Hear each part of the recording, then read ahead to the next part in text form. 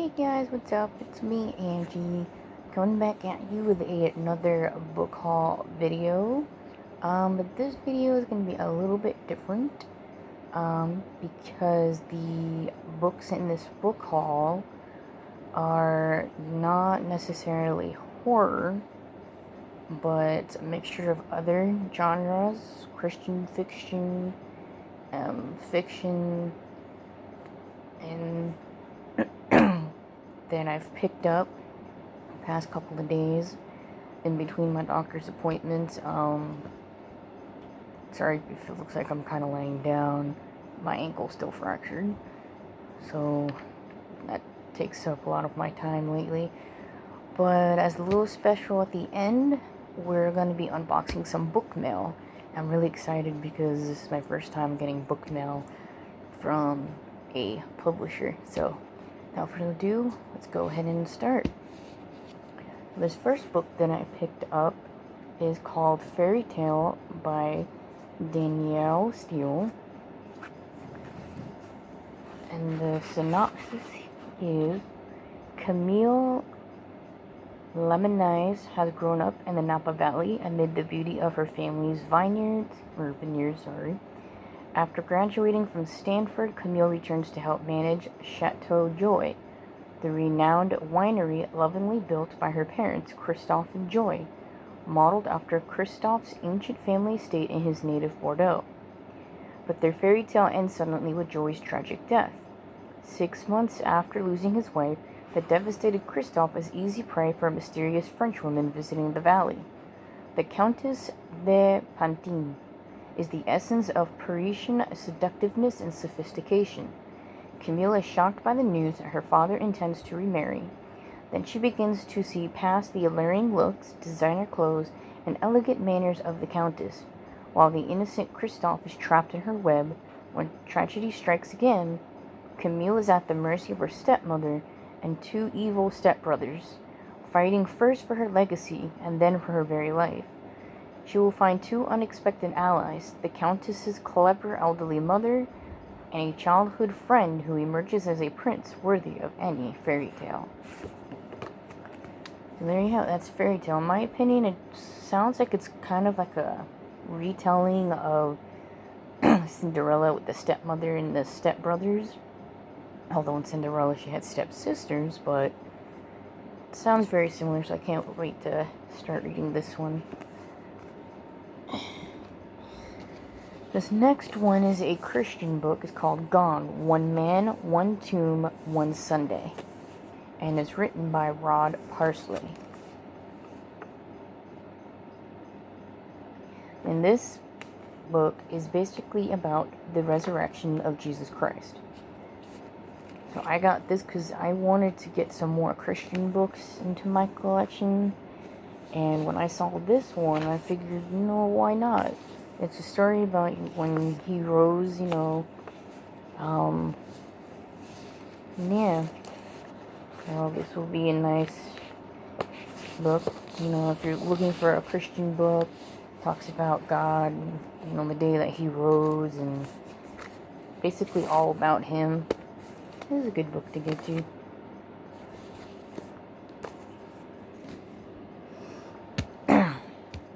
This next book is another Christian book. I did get this used, so there's, as you can see, the tabs from the previous owner, but is I Declare 31 Promises to Speak Over Your Life by Holstein. Now, I got this book because I noticed it was one of Joel Osteen's books, and I love listening to him on the XFM radio that my husband has. We listen to his messages every morning, or at least we try to, and this is one of his books. So I went ahead and grabbed it. I do have another one of his books on my Kindle, saying it's You Can, You Will, I believe it is. That's another good one to get your hands on. Joel Osteen, he's very good with his messages. He's helping me cope with some things that I deal with on a day-to-day basis, learning how to let go, anxiety. He's really good to listen to and read his books. Another book is called The Ultimate Gift by Jim Stovall. And it says, what would you be willing to do in order to inherit $1 billion? Jason Stevens is about to find out. This was turned into a movie which I currently own. And it's about this guy named Jason, and his dad passes away, and his dad left behind a lot of money. And in the will, he had left Jason and his siblings each, I believe, $1 million. But in order for Jason to inherit his $1 million, his father put together these videos for him to watch and activities for him to do that basically open his eyes and realize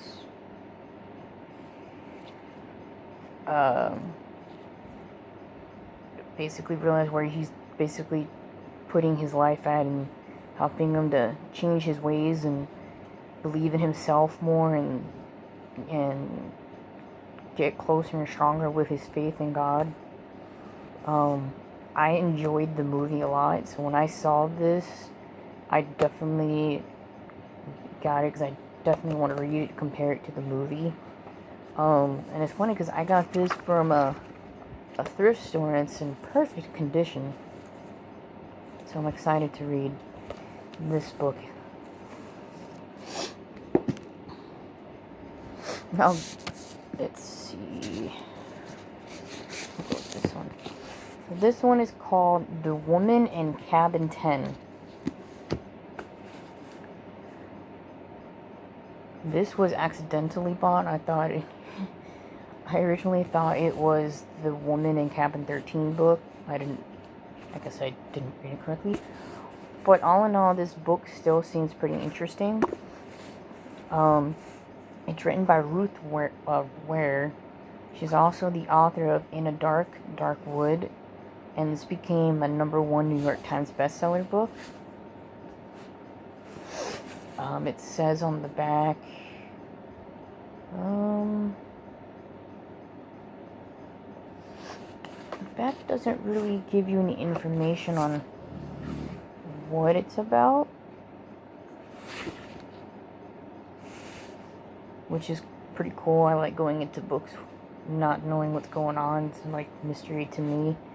But Reese Witherspoon, the actress, she put an edge-of-your-seat thriller set on the most beautiful yacht in the world, full of great characters and twists. Y'all should check it out.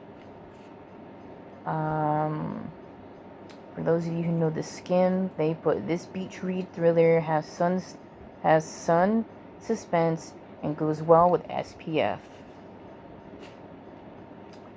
So that's this one. If I'm not mistaken, when I read the synopsis online, it's basically a woman. I believe she was either a cop or she's an FBI agent, and she's on this yacht, on a trip on this yacht, and somebody ends up getting murdered, and she's trying to figure out who is the murderer. But then, I guess as she gets closer to the truth, she becomes the next target. And so that trip on the yacht ends up becoming her worst nightmare. So that's interesting.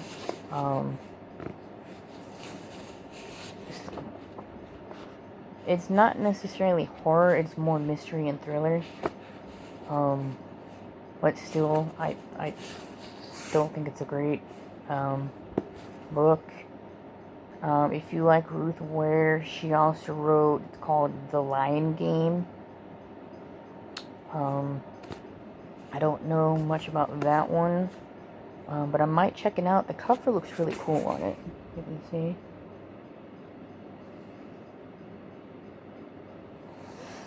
And, that's The Woman in Cabin 10.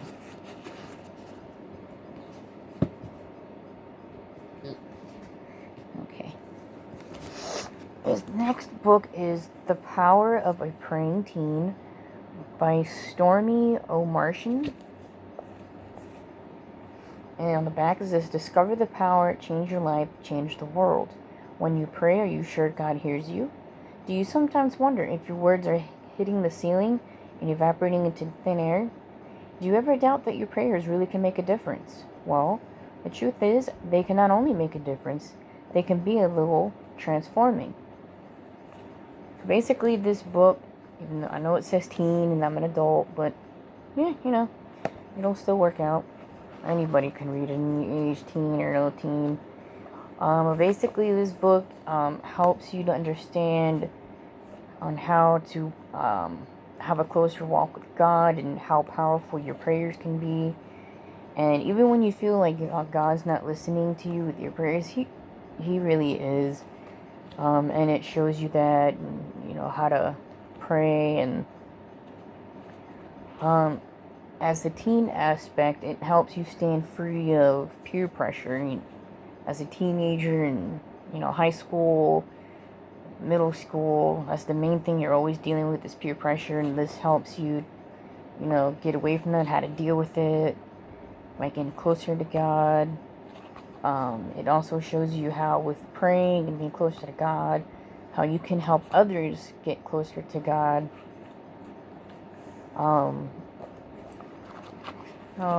Yeah. And it actually looks really cool. Inside has like some psalms from the Bible, little things. The style of like how a teenager is. So that's cool. Another book I got by John Sanford, and it's called Night Pray.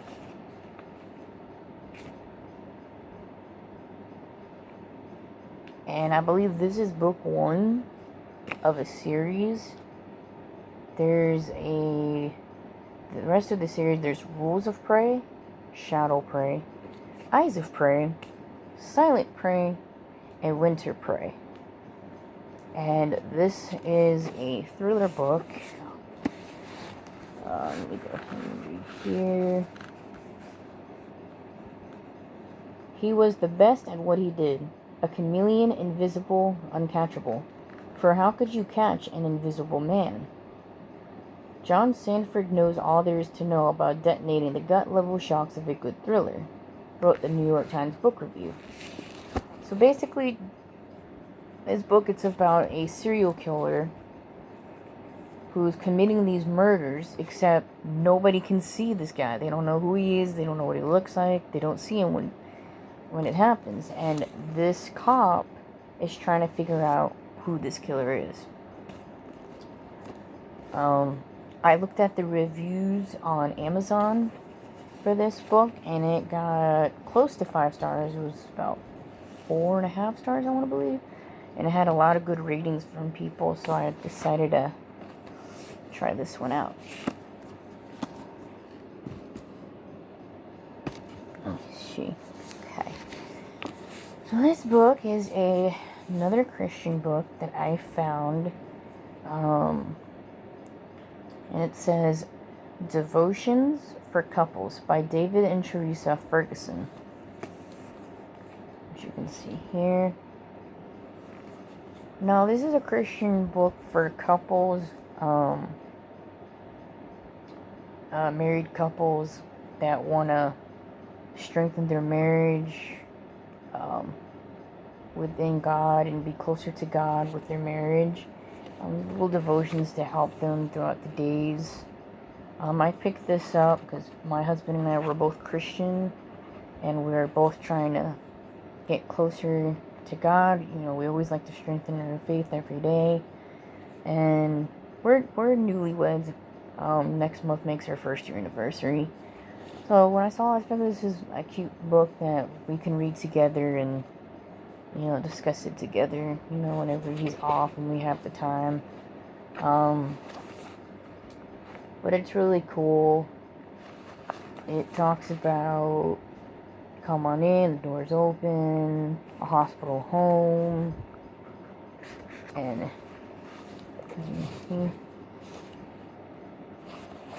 So I can't wait to read this and see what it has to offer. And definitely once I finish reading all these, I'll be making videos on my opinions on all these books. I have so many books to read. But that's fine. I have all the time in the world to read now with my fractured ankle. I do have a ton of ebooks as well on my Kindle. I might make a video on that another time, showing all the ebooks that I have on there. There's a lot on there. There's about like 40 something books on there. But yeah, I've heard a lot of mixed feelings between the ebooks, physical copies. I prefer the physical copy. I prefer having the book in my hand and actually reading it. But I don't mind having an ebook if, if the ebook comes out to be cheaper than the paperback, then I'll go for the ebook a lot of the times, depending on the book though. There's certain books that it's easier to read as a physical than it is as an ebook. For example, House of Leaves, that's another book that's on my TBR that I really want to get. It's got pages where you're reading it from this angle, you're reading upside down, you're reading it from this angle on up, you're reading it with the reflection of the mirror. So that's kind of like one of the reasons why I want to get that book, is it's just so different. But that's devotions for couples, sorry.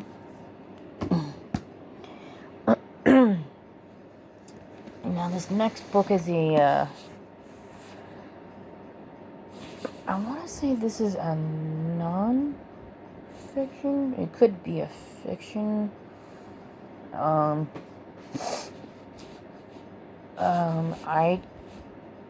It took me a while to actually get this book. I was kind of iffy on it. I kept seeing this book like all over the place wherever I went. I haven't really heard much reviews on it on YouTube, but there was a lot of good reviews on it, like on Amazon. So I decided grabbing it. It's the book Beef, tongue-tied, by Marcus Zusak. And on the back, it says, by her brother's graveside, Lysel Meminger finds her life changed when she picks up a single object partially hidden in the snow. It is the Gravedigger's Handbook, left there by accident, and it is her first act of book thievery. So begins a love affair with books and words as Lysel, with the help of her accordion-playing foster father, learns to read. Soon she is stealing books from Nazi book burnings, the mayor's wife's library, wherever there are books to be found. But these are dangerous times when Lysel's foster family hides a Jewish man in their basement. Lysel's world is both opened up and closed down. In superbly crafted writing that burns with intensity, award-winning author Marcus Zusak has given us one of the most enduring stories of our time. It also says an international bestseller, over 8 million copies were sold. If you like the book The Diary of a Young Girl by Anne Frank, then you'll definitely like this book. It's around the same era, similar story frame. There's also another book by Marcus Zusak, is I Am the Messenger. It doesn't say what the synopsis is of that particular book. It just shows the picture of it. The picture looks pretty interesting. I don't know if you're able to see it, but that might be another one I'd like to check out eventually. The print on here, it is small. I know some people, they get a little weird when they see the small print in books, but it looks like it's a fairly good book. I had a lot of good comments on this book when I shared it on Facebook. A lot of people enjoy it. So, yeah, I can't wait to try out this one.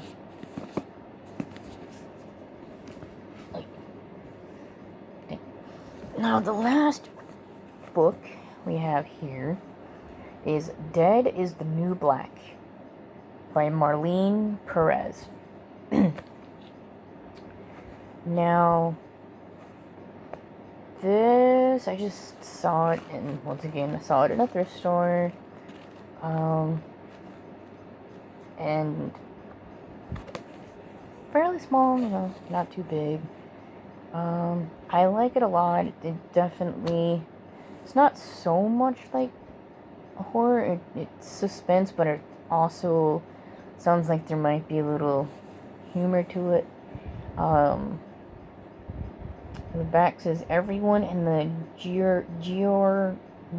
Giordano family is psychic, except for Daisy. When her mother, who uses her power to solve crimes, enlists Daisy's older sister to investigate a teenage girl's mysterious death. Daisy feels utterly useless, but she takes matters into her own hands when she learns the victim has lots of money. Teenage girls are being attacked all over town, including at Nightshade High School, where Daisy is a junior, and when she discovers a vampire, may be the culprit. Daisy suspects head cheerleader Samantha Devereaux, who returned from summer break with a new look. She looks a little, dead. Is looking dead just another fashion trend for pretty, popular Samantha? Or is there something more sinister afoot? Daisy will stop at nothing to find out. She even joins the cheerleading squad, and with a little sleuthing help from Ryan, an old friend who may be turning into something more, Daisy not only reveals the identity of the vamp, she also discovers powers that she never knew she had. So, once I read that, I was like, you know what, I want to try it out. Sounds interesting. Maybe like a teen book. It says on the back, Dead is the New Black equals Veronica Mars plus Buffy the Vampire Slayer multiplied by snarky sisters with psychic powers, secret cabals of vamps and werewolves, missing parentals, and lots of mysteries yet unsolved. Nightshade is my kind of town. Can't wait to hang there again ASAP. And that was Nancy Holder, the author of Pretty Little Devils. So, this is a good book to read. Julie Kenner, another author, put a hit, grabbed me with the first page and didn't let go. So if you like books with vampires and high school kids, this might be a good book for you. Ugh. I gotta move all these books out the way. So there was my book haul. If you saw any books you like, you can go ahead and comment down below. If there's any books that you didn't see and that you enjoy reading and you highly recommend I read, definitely mark it down below. To wrap up this video, I will be unboxing my very first book mail. So excited. This came all the way from Arizona from Thunderstorm Books. So I'm so excited for this. So let's go ahead and crack this baby open.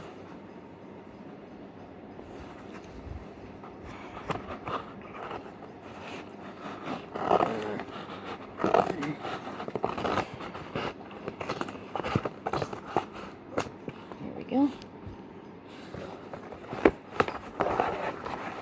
Awesome.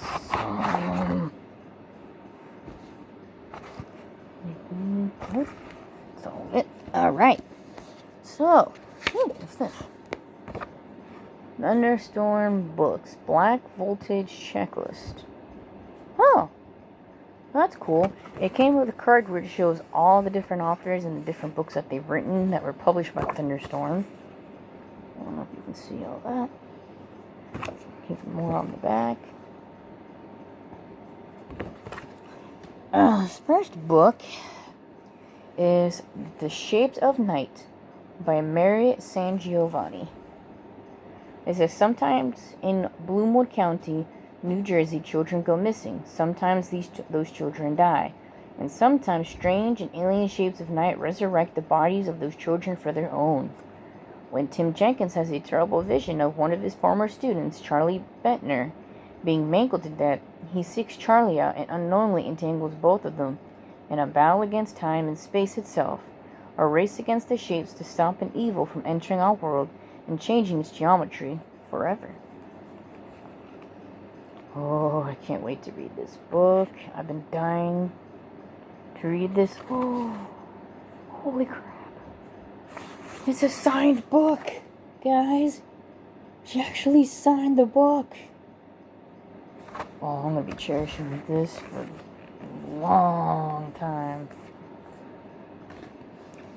And the other book is Stories for the Next Pandemic by Brian Keane.